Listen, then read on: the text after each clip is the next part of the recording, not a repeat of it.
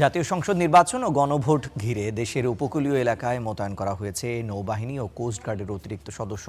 ঝুঁকিপূর্ণ ভোট কেন্দ্র সহ বিভিন্ন দুর্গম চরাঞ্চলের আইন শৃঙ্খলা পরিস্থিতি নিয়ন্ত্রণে তারা দায়িত্ব পালন করবে।